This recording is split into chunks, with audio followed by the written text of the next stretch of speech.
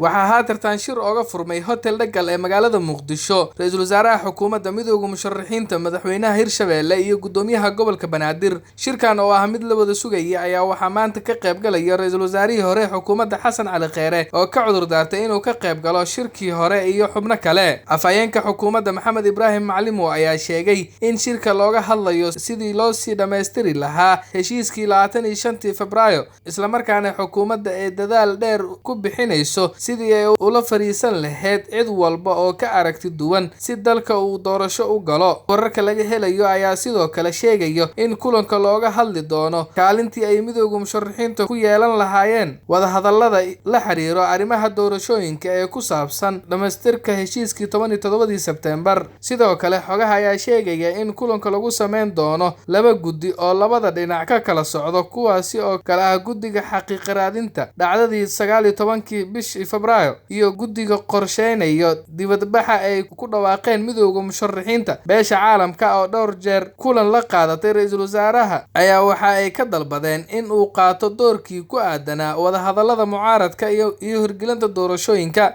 Maxamed Abuukar, Gobonimo TV, Muqdisho.